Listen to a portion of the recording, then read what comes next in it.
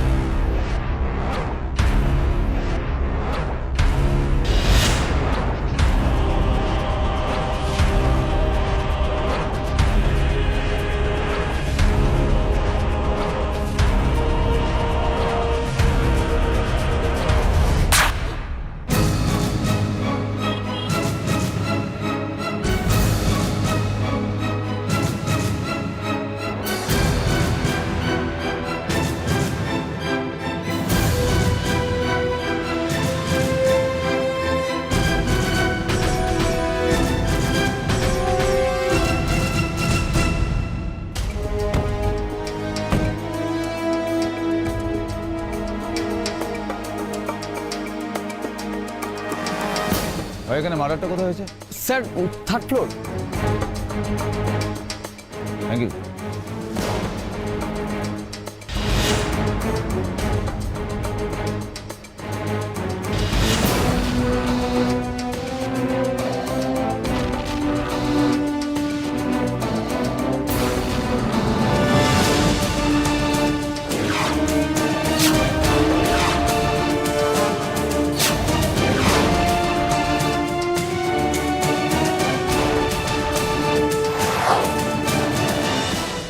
जाको body check करो भाग्य दी तेरा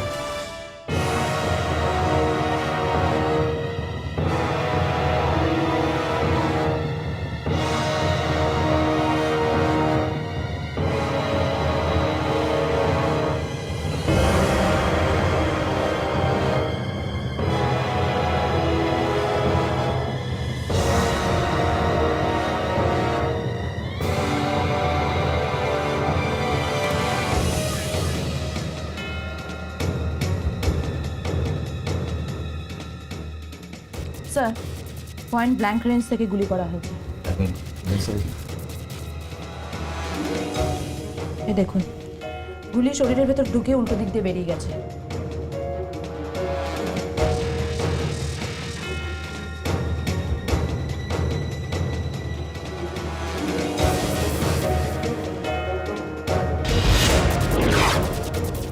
জাগো, ফোর্সেপ। স্যার, এই দেখুন, বুলেটটা এখনো দেয়ালে আটকে আছে।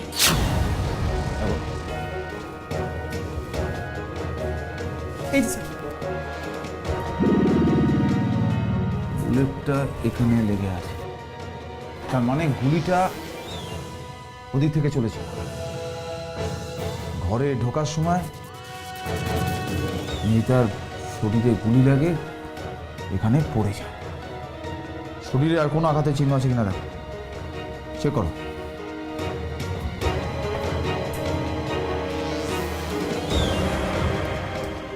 না স্যার, বডিতে কোনো আঘাত বা স্ট্রাগলের চিহ্ন নেই। মেয়েটাকে যদি খুন করতেই হয় তাহলে নিজের বাড়িতে ঢোকার মুখে কেন খুন করলো? তাহলে কি স্যার মেয়েটা ঘরের দরজার সামনে এমন কিছু দেখে ফেলেছিল যার জন্য ওকে খুন হতে হলো? এখন অবধি সেটাই মনে হচ্ছে। স্যার, এই মোবাইল আর ব্যাগটা যে অবস্থায় পড়েছিল তার স্যার পরিষ্কার বোঝা যাচ্ছে যে মৃতা মহিলা কোথাও যাচ্ছিল বা আসছিল, সেই সময় গুলিটা লাগে। সার্থকী সবই বুঝতে পারছি, কিন্তু একটা কথা বুঝতে পারছি না, মৃতা কি এমন দেখে ফেলেছিল যার জন্য ওকে খুন হতে হলো? স্যার, শুধু তো এই মেয়েটাও না, ওই ফ্ল্যাটের একজন ভদ্রমহিলা খুন হয়েছে। চলো সেখানে গিয়ে দেখি।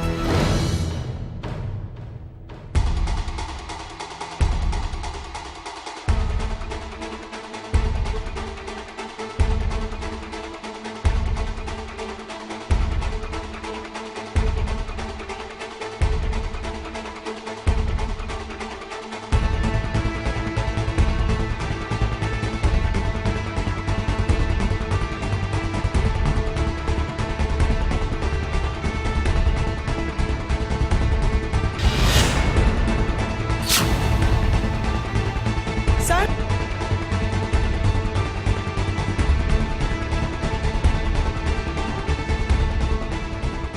স্যার এই মহিলাকেও সেই একইভাবে খুন করা হয়েছে, পয়েন্ট ব্ল্যাঙ্ক রেঞ্জ থেকে। বডিতে আর কোনো আঘাতের চিহ্ন দেখেছো? না স্যার, বডি চেক করে নিচ্ছি, কোথাও কোনো মার্ক নেই, শুধু সারা ঘরে জিনিসপত্র ছড়িয়ে ছিটিয়ে রয়েছে।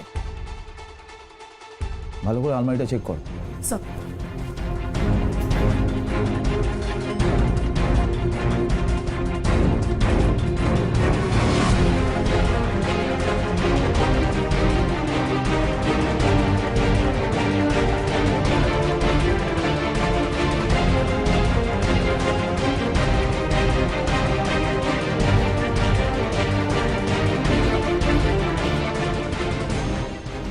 Sir, I think it's a case of robbery. আলমারিতে প্রায় কিছুই নেই, শুধু ক্লু হিসাবে এই জিনিসগুলো পেলাম আর এই আংটিটা। হয়তো তাড়াহুড়োতে এগুলো নিতে গিয়ে পড়ে গেছে। ওকে,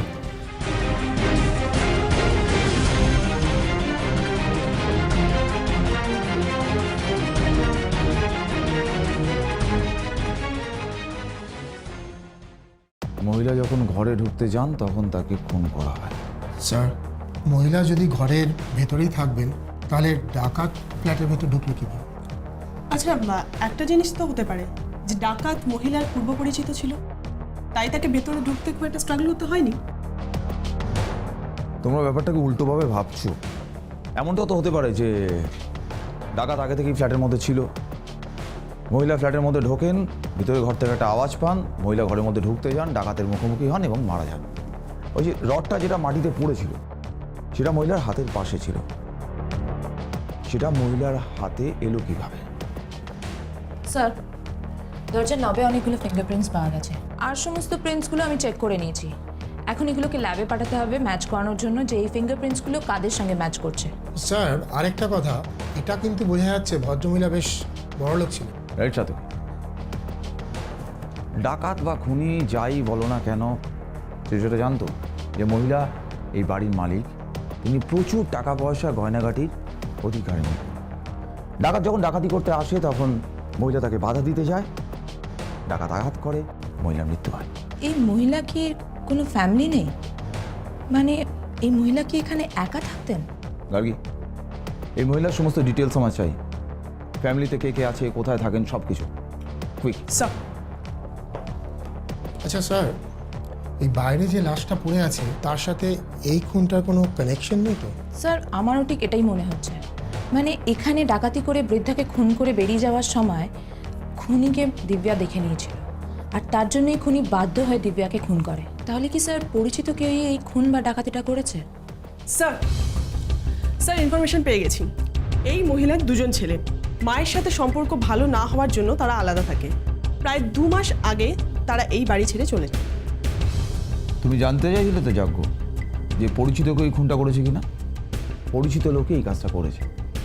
যেখানে সোনা দানা গয়নাগাটি টাকা পয়সা রাখা ছিল ঠিক সেই জায়গাটা থেকেই তারা নিয়েছে, অন্য কোথাও ঘাটাঘাটি করে। আরও একটা ব্যাপার স্যার, দুবার গুলি চললো কিন্তু ফ্ল্যাটের আর কেউ সেটা শুনতে পায় না। কেউ শুনতে পায়নি? তাহলে কি বন্দুকে সাইলেন্সার লাগানো ছিল? হতে পারে, কিন্তু স্যার ডাকাতি করতে আসার সময় সাইলেন্সার লাগানো বন্দুক নিয়ে আসবে কেন? যারা এসেছিল তারা পুরো প্রিপারেশন নিয়ে এসেছিল। আর স্যার, এটাও তো হতে পারে যে খুনি আসলে এই ফ্ল্যাটেরই কেউ। হতেও পারে। চলো নিচে গিয়ে সবাইকে জিজ্ঞাসা করো। মুভ।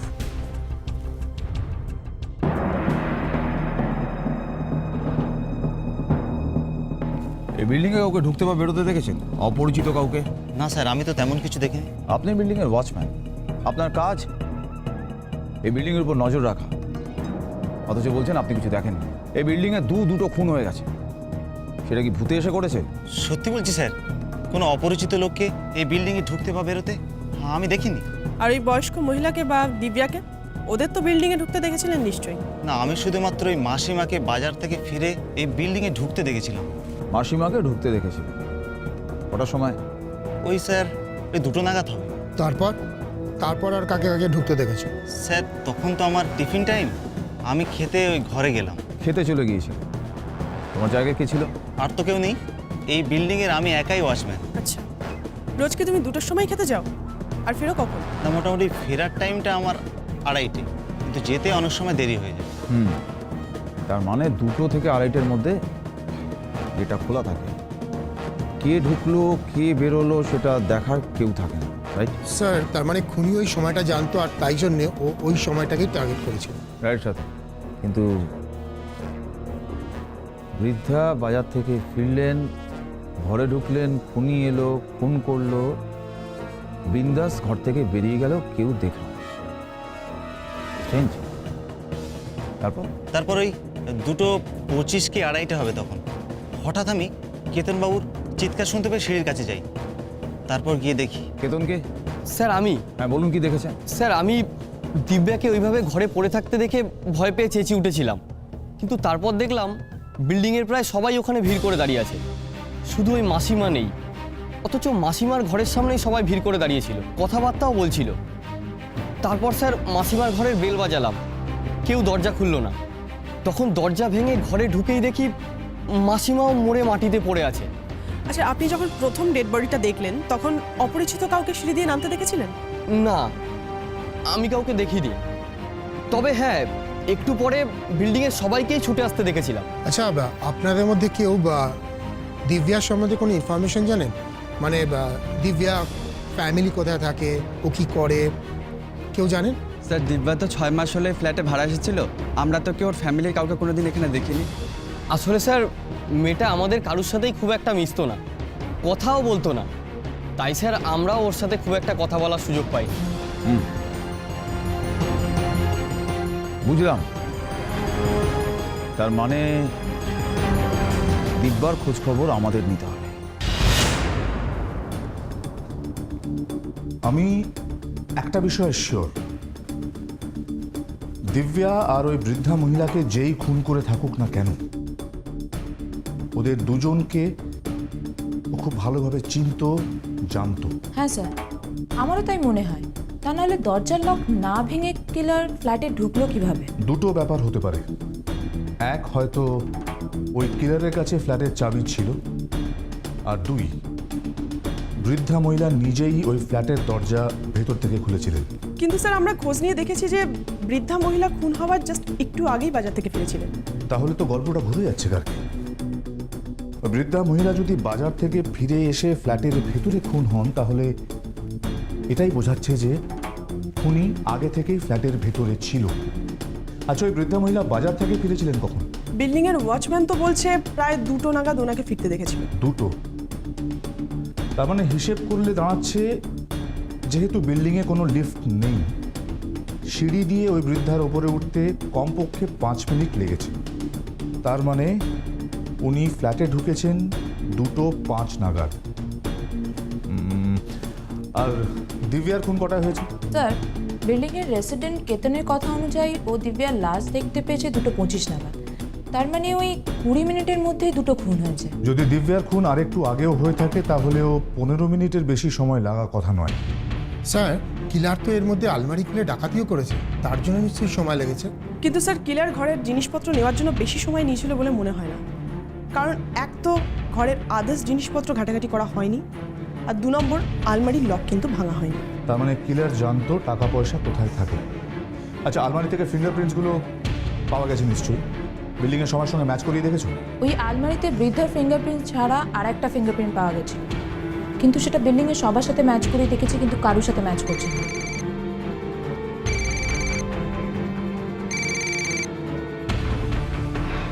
হ্যাঁ ডাক্তার, বলো।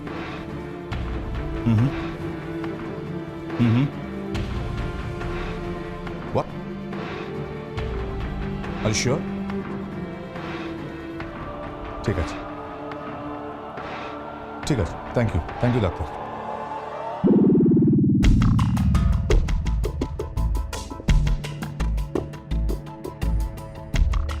দুজন ভিকটিমের বডি থেকেই একই বন্দুকের গুলি পাওয়া গেছে,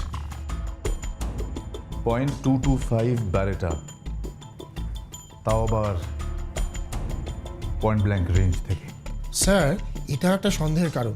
কেউ যদি শুধু ডাকাতি করতে আসে, তাহলে স্যার সাইলেন্সার লাগানো বন্দুক নিয়ে আসবে কেন? স্যার, একটা কারণ হতে পারে, যদি সে কারোর হাতে ধরা পড়ে যায় তাহলে তার মুখ বন্ধ করার জন্য। এটা এখন আর ডাকাতির কেস নয়, কেউ যেন খুন করবে বলেই বিল্ডিংয়ে ঢুকেছিল। কিন্তু সে কে হতে পারে? কে? স্যার, আলমারিতে যার ফিঙ্গারপ্রিন্টটা পাওয়া গেছে সে ছাড়া আর কেউ হতে পারে না। কিন্তু খুনি যদি বিল্ডিংয়ের কেউ না হয়ে থাকে, তাহলে ও ফ্ল্যাট সম্পর্কে বা বিল্ডিং সম্পর্কে এত কিছু জানলো কি করে? আর ফ্ল্যাটে ঢোকার চাবি বা সে পেল কোত্থেকে? স্যার, ডুপ্লিকেট চাবি কি হতে পারে? মানে নকল চাবি দিয়ে দরজা খুলে ভেতরে ঢুকেছিল? হতে পারে, হতেই পারে। যাজ্ঞ, খোঁজ নাও ওই বিল্ডিং চত্বরে বা আশেপাশে কোন চাবিওয়ালা ওই ফ্ল্যাটের চাবি তৈরি করেছিল। এখন ওই চাবিওয়ালাই আমাদের খুনির কাছে পৌঁছানোর ঠিক রাস্তাটা বলতে পারবে।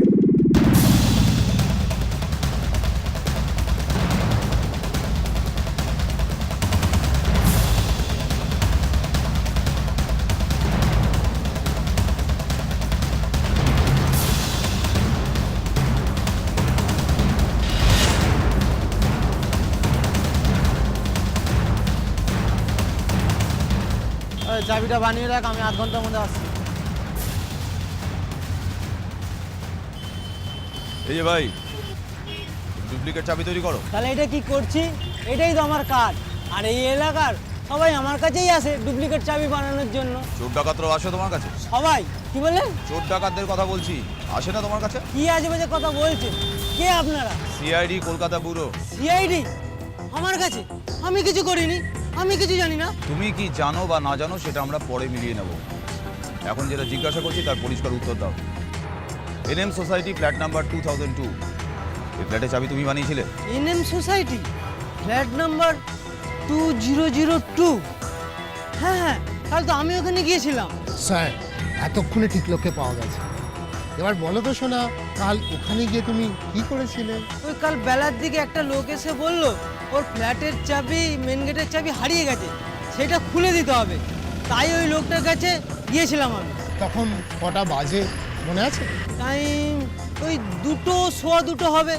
ওই মেন গেটের চাবিটা বানিয়ে দিলাম মাপ দিয়ে। তুমি যখন চাবি বানাতে গেছিলে ওখানে কোনো বয়স্ক ভদ্রমহিলাকে দেখেছো? বয়স্ক মহিলা? কই না তো, কাউকে তো দেখিনি। আচ্ছা, যে লোকটা তোমার কাছে চাবি বানাতে এসেছিল সেগুলো দেখতে ছিল, তোমার মনে আছে? হ্যাঁ হ্যাঁ, বলতে পারবো স্যার। ওই লোকটার মুখ আমার পরিষ্কার মনে আছে। ভেরি গুড, তুমি আমাদের সাথে চলো। আমাদের আর্টিস্টকে লোকটা সম্পূর্ণ বর্ণনা দেবে কীরকম দেখতে ছিল। দেখো, তোমার কথার ওপর নির্ভর করেই কিন্তু আমাদের আর্টিস্ট ওই লোকটার মুখ আঁকবে। পারবে তো? হ্যাঁ হ্যাঁ, পারবো না কেন? চলুন, কোথায় যেতে হবে চলুন। চলো।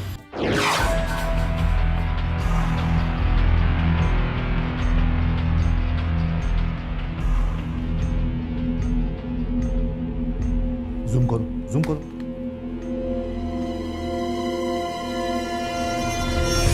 কে স্যার? কে এইভাবে আমাদের মাকে খুন করলো স্যার? কে এইভাবে আমাদের মার ভালোবাসা আমাদের কাছ থেকে কেড়ে নিল স্যার? প্লিজ বলুন স্যার, চুপ করে থাকবেন না প্লিজ। কে স্যার বলুন আমাদের, প্লিজ।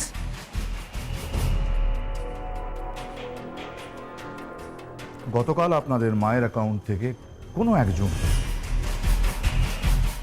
4 লাখ টাকা তুলে নিয়েছে। কিন্তু কে স্যার? তোমার ভাই বিক্রম। না না, মিথ্যা কথা। বিক্রম কেন মার টাকা নিতে যাবে? আপনারা এসব কি বলছেন স্যার? আমি তো কিছুই বুঝতে পারছি না। আমি কেন এসব করতে যাব স্যার? তাই আপনি করেননি? তাহলে এটা কি? এসে দেখেছেন কি আপনার ভাই কি করেছে?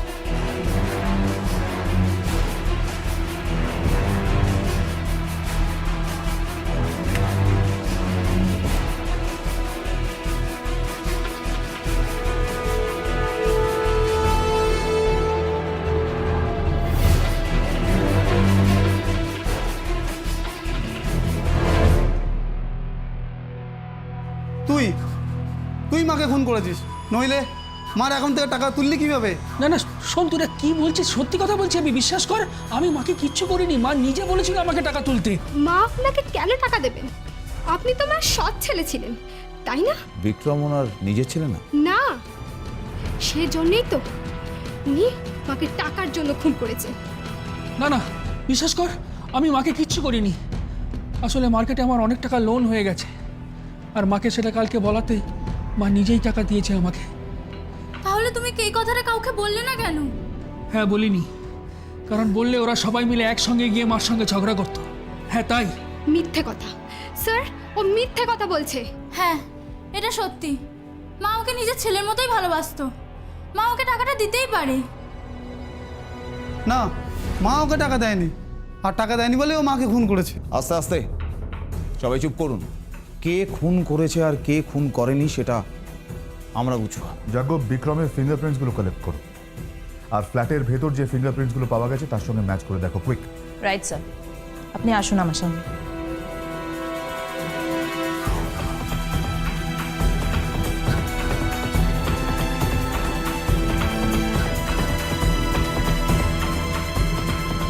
স্যার, স্কেচটা হয়ে গেছে। আপনি ওদিকে যান।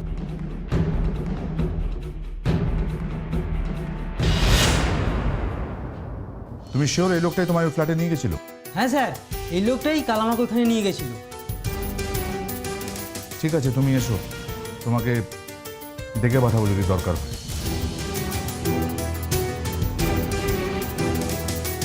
রণজয়, দেখো তো চিনতে পারো কিনা। Sir Sunny sir. সানি, খোঁজ নাও কোথায় আছে ও। Right sir. স্যার, আলমারিতে যে সমস্ত ফিঙ্গারপ্রিন্টস পাওয়া গেছিল তার সঙ্গে বিক্রমের ফিঙ্গারপ্রিন্টস ম্যাচ করে গেছে, কিন্তু ও বলছে যে চেকবুক বার করতে গিয়ে ওই আলমারিতে ওর ফিঙ্গারপ্রিন্টস লেগেছে। আমি ওকে নিচে ডিটেন করে রেখেছি স্যার। গুড জাগ। ও ততদিন আমাদের কাস্টাডিতে থাকবে যতদিন এটা প্রমাণ না হয়ে যাচ্ছে যে খুন ও করেনি। আর যদি খুন ও করে থাকে তাহলে আপনারা আসতে পারেন। সাত্তকী, আসুন আপনারা বসুন।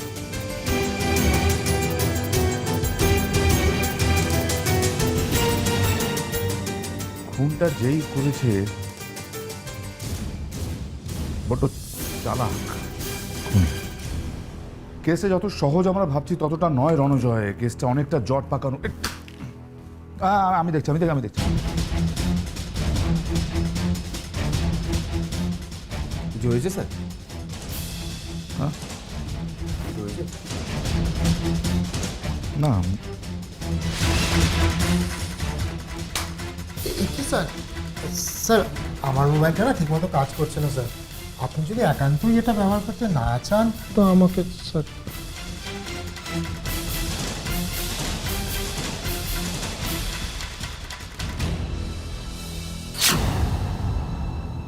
ভাঙলো না কেন? আরেকবার ফেলে দেখতে হয়।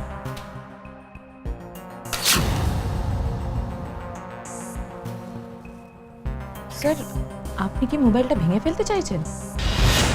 হ্যাঁ, যাক, এসো আমার সঙ্গে।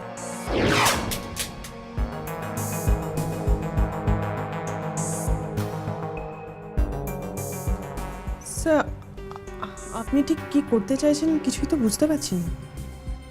এবার আমাকে আমার একটা প্রশ্নের উত্তর দাও তো। এই ফোনটা আমি ওপর থেকে বেশ কয়েকবার নিচে ফেললাম, ফোনে স্ক্র্যাচ লাগলো, ফোনটা ভেঙে গেল, অথচ পুরোপুরি নষ্ট হলো না। তাহলে দিব্যার ডেড বডির কাছ থেকে তোমরা যে ফোনটা পেয়েছিলে সেটা ওভাবে নষ্ট হয়ে গেল কি করে? যাগো, দিব্যার মোবাইলটা নিয়ে এসো। Right sir. স্যার, তার মানে মোবাইলটা নিজে থেকে ভাঙেনি, মোবাইলটাকে কেউ ডেলিভারিটলি ভেঙেছে। সে তো বটেই। কিন্তু স্যার, কে মোবাইলটা ভাঙতে পারে? যে খুন করেছে সেই করতে পারে, কিন্তু স্যার কেউ হঠাৎ মোবাইলটা কেন নষ্ট করবে? এই কেসের সমস্ত ঘটনা এটাই প্রমাণ করছে যে এটা একটা ওয়েল প্ল্যান মার্ডার কেস। আর ওই ডাকাতির ঘটনাটা সাজানো হয়েছে আমাদের ভুল পথে পাঠানোর জন্য। কিলার তার মানে দিব্যাকে প্রথমে মারে, তারপরে তার মোবাইলটা নষ্ট করে দেয়। Right sir? স্যার, এই যে মোবাইলটা। স্যার, দিব্যার মোবাইলে এমন কি থাকতে পারে যার জন্য খুন করার পর মোবাইলটা নষ্ট করতে হলো? সেটা তো এই মোবাইলের রেকর্ডস চেক করলেই বোঝা যাবে। গার্গী, যাকো, তোমরা দুজন দিব্যার মোবাইল ডিটেলস বার করো আর খুঁজে দেখো কি আছে ওই মোবাইলে।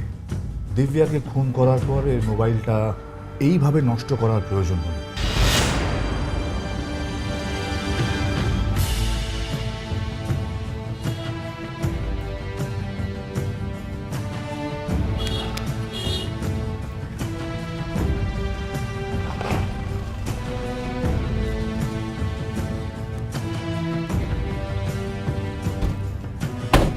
আসুন স্যার। সানি কোথায়?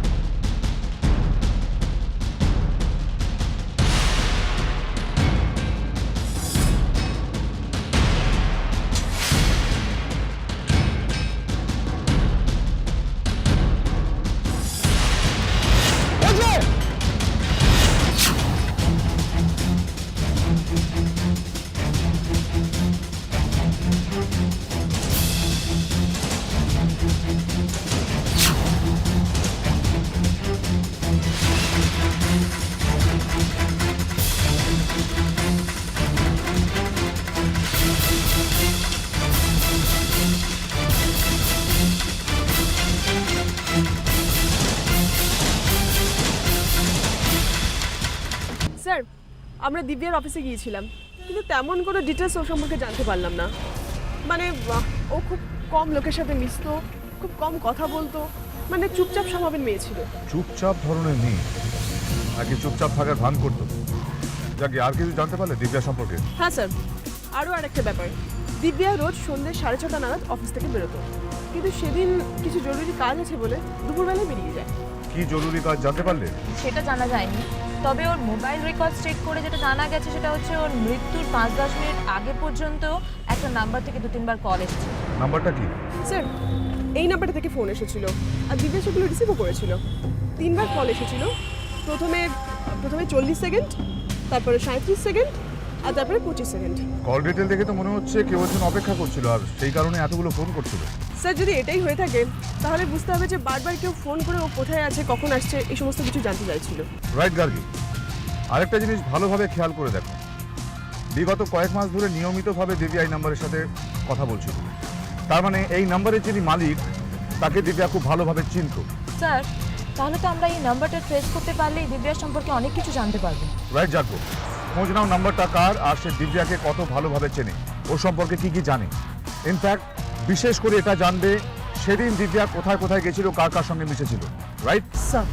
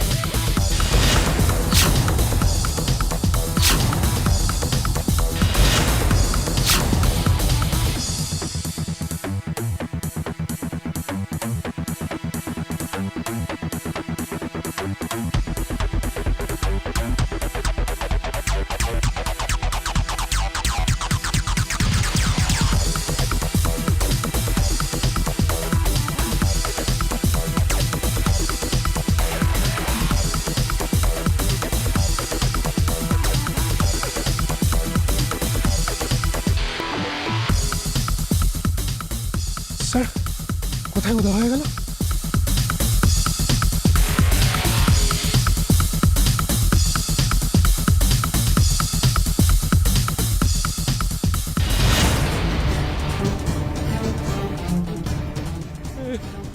স্যার, স্যার আমি কিছু করিনি স্যার, স্যার আমি কিছু করিনি স্যার, স্যার আমি কিছু করিনি স্যার, আমি কিছু করিনি। তোর খুব দৌড়নো শখ না? এবার থেকে তোর পা নয়, মুখ চলবে, মুখ। আর যদি মুখ না খোলে তাহলে বাকি জীবনটা এমন দৌড় করাবো যে তোকে দেখে সবাই দৌড়তে ভয় পাবে। ওই বয়স্ক মহিলাকে কেন মেরেছিলিস? কেন? আমি কেন খুন করিনি স্যার? ডাকাতি করতে গিয়ে ওই বৃদ্ধা মহিলাকে আর দিব্যাকে খুন করেছিস কেন? আমি জানি না আপনি কোন দিব্যার কথা বলছেন, আমি কোনো দিব্যাকে চিনি না স্যার। এত কি? আচ্ছা, এই মেয়েটাকে তুমি চেনো না? কে মেয়েটা স্যার? কে মেয়েটা? তার মানে তুই এই মেয়েটাকে চিনিস না, তাই তো? বিশ্বাস করুন স্যার, আমি ওই বাড়িতে গেছিলাম স্যার শুধু ডাকাতি করতে স্যার, খুন করতে না স্যার। আমি এই খুনের ব্যাপারে কিচ্ছু জানি না স্যার। তুমি যদি কিছু নাই জেনে থাকো তাহলে ওই বয়স্ক মহিলার কাছে টাকা পয়সা যে রাখা আছে ও কোথায় আছে সেটা জানলে কি করে? আমাকে ওই বাড়িতে যেতে বলা হয়েছিল শুধু টাকার বিনিময়ে। তোকে ডাকাতি করতে কে বলেছিল? আমার কাছে একটা ফোন এসেছিল স্যার, ওই ফোনে ডাকাতি করতে যেতে বলা হয়েছিল শুধু টাকার বিনিময়ে স্যার। টাকা নেওয়ার সময় তুমি তাকে দেখোনি? টাকা আমাকে বাড়িতে পাঠিয়ে দিয়েছিল স্যার, ফোনে একজন চাবিওয়ালাকে সঙ্গে করে ওই বাড়িতে নিয়ে যেতে বলা হয়েছিল স্যার। ওইখানে দাঁড়িয়ে ডুপ্লিকেট চাবি বানিয়ে আলমারি থেকে টাকা পয়সা বের করে নিয়ে আমাদের চলে আসতে বলা হয়েছিল স্যার। স্যার আমি শুধু সেইটুকু করেছিলাম স্যার, বিশ্বাস করুন স্যার, আমি কিছু জানি না স্যার। স্যার এটা কি করে হয় স্যার? একটা বাড়িতে ডাকাতি করতে গেলে অথচ কাউকে দেখতে পেল না? কে ওই বয়স্ক মহিলাকে খুন করলো আর কেনই বা করলো? কেন?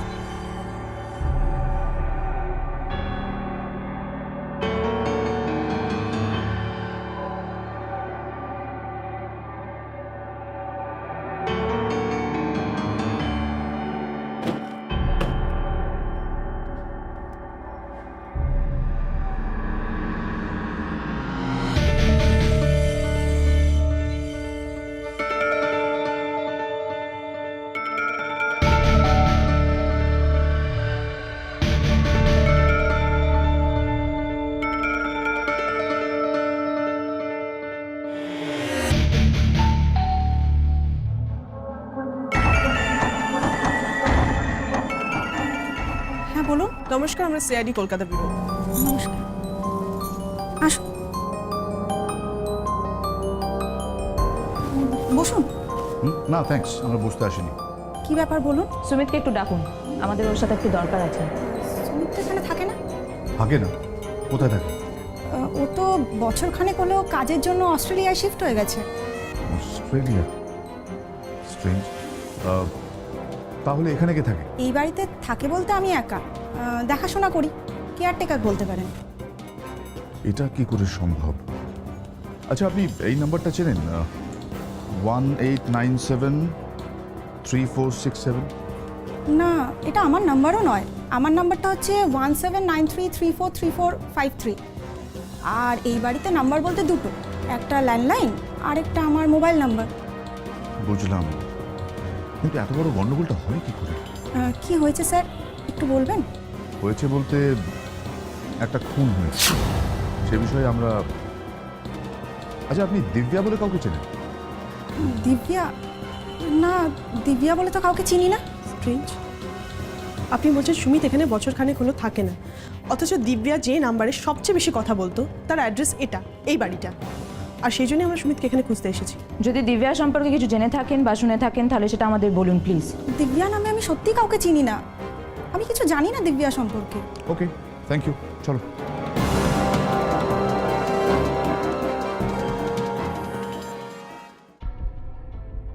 নাম্বারটা পাওয়ার পর মনে হয়েছিল অনেকটা দূর এগোতে পেরেছি, কিন্তু এখন দেখছি যেখান থেকে শুরু করেছিলাম ঠিক সেইখানে এসেই পড়ে আছি। হ্যাঁ স্যার, এখন যেটা দরকার সেটা হলো জাস্ট একটা ব্রেন ওয়েভ, এমন কিছু একটা যেটা এই কেসটা সূত্র ধরিয়ে দিতে পারে।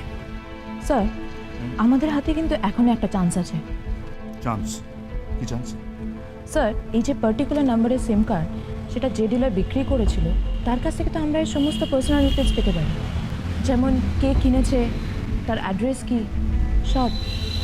ব্রিলিয়ান্ট জাগো, brilliant. I am so proud of you. যদি সাত্তকী থাকতো তোমার কাছে পাঠাবো, শিখিয়ে দিও। ঠিক এই ব্রেন ওয়েভটাই কথা তুমি বলছিলে নিশ্চয়ই। Right you are. চলো তাহলে সেই সিম কার্ড ডিলারের কাছে যাই।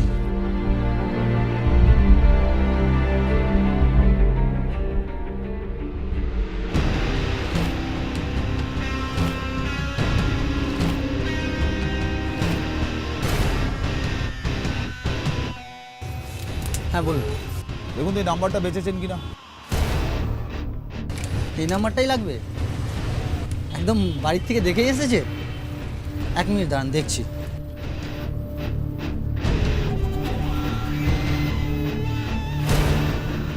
সরি দাদা, এই নাম্বারটা বিক্রি হয়ে গেছে, এখন আর এই নাম্বারটা পাওয়া যাবে না।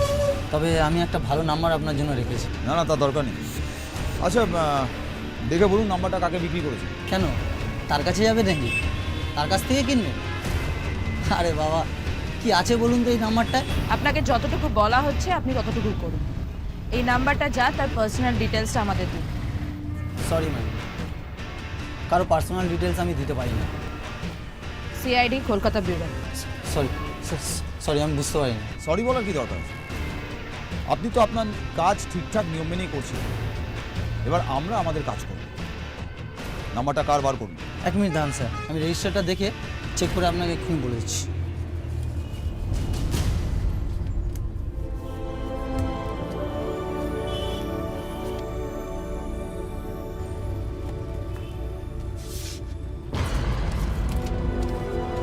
স্যার এই যে।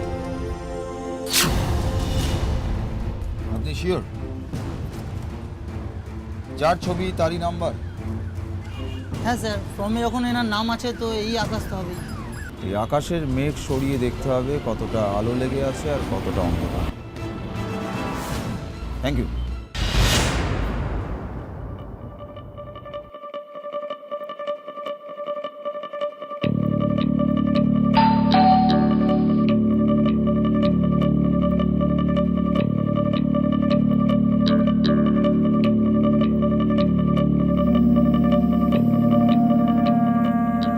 হ্যাঁ বলুন, আপনারা কারা? এ কি মানে এভাবে বাড়ির মধ্যে ঢুকে এসেছেন কেন? CID Kolkata bureau. সিআইডি?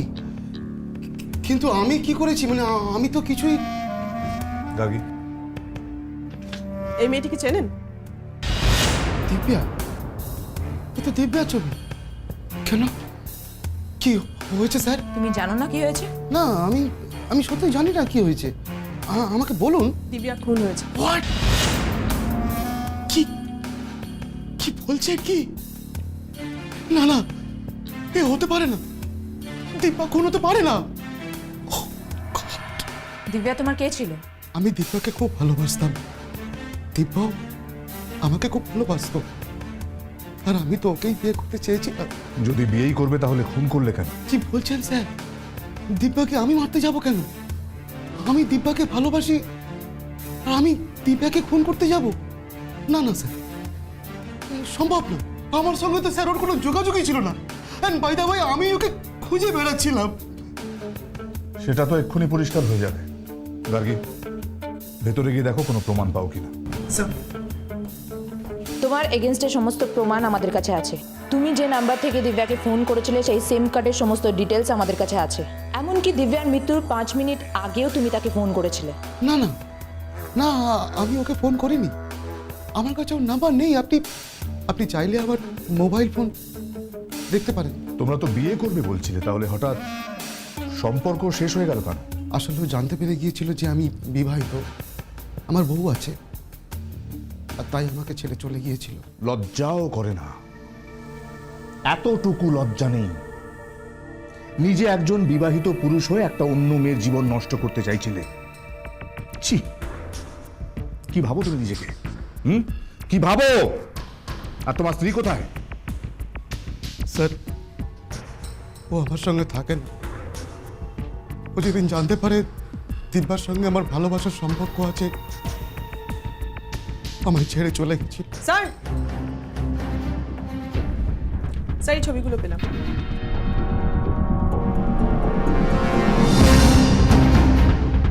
মেয়েটাকে আমার স্ত্রীর ছবি। কি মিথ্যে কথা বলছো তুমি? মিথ্যে কথা, সত্যি বলো কে? স্যার, স্যার বিলিভ মি, সত্যি বলছি, আমার স্ত্রী শালিনী। শালিনী? কোথাও একটা বিশাল বড় গন্ডগোল হচ্ছে গার্গী, আমাদের এক্ষুনি বেরোতে হবে। চলো।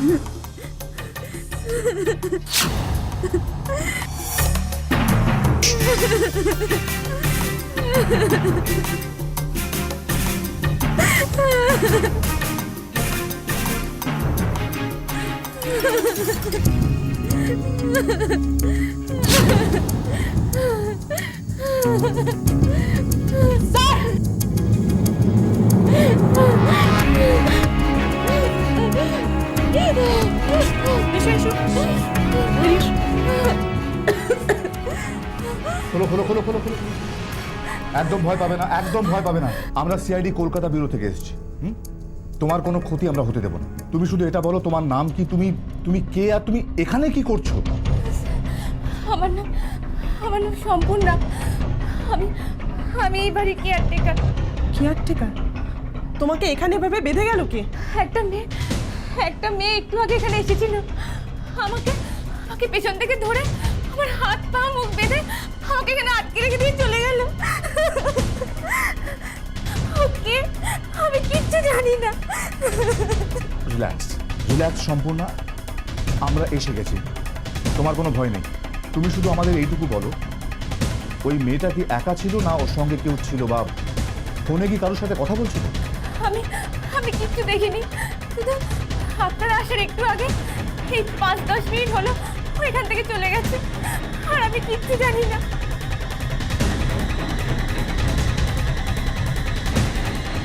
5-10 মিনিট আগে, তার মানে মেয়েটা এখনো বেশি দূর যেতে পারেনি। চলো।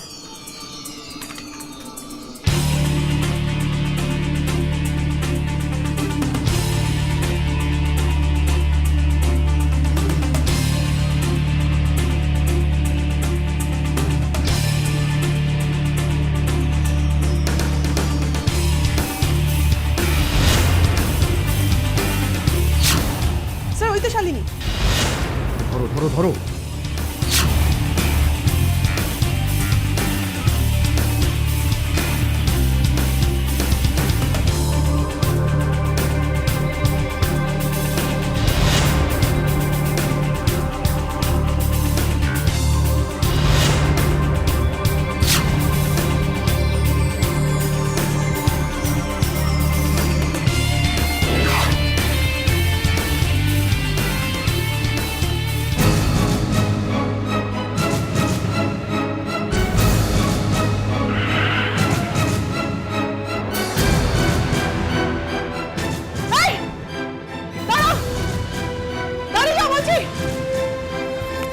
কি ভেবেছি মিথ্যে কথা বলে পালিয়ে যাবে? শালিনী ওর caretaker.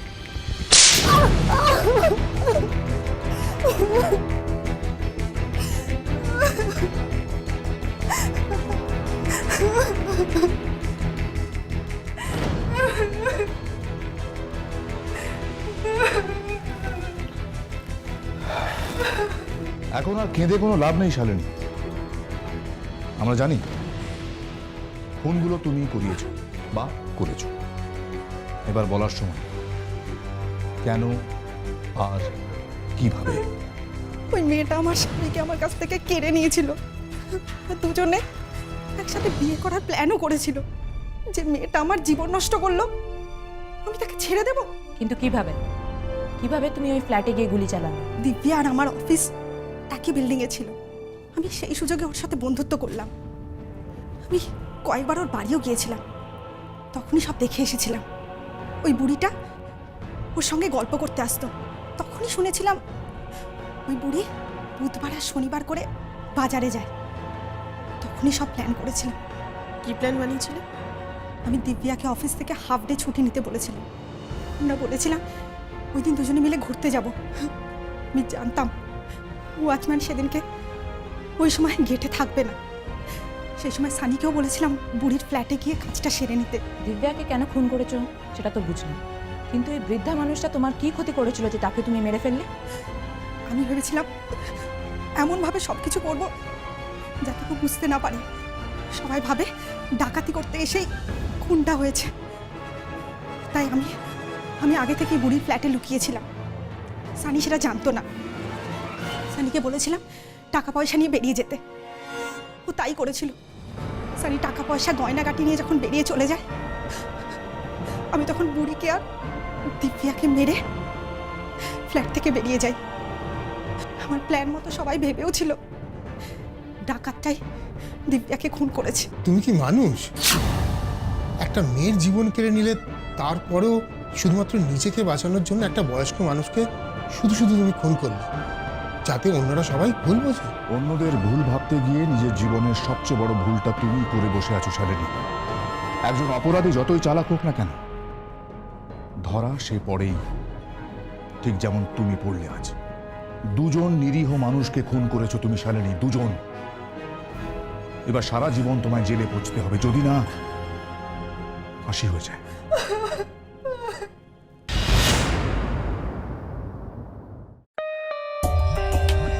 For more updates, subscribe to our channel, click the show links and enjoy watching the videos.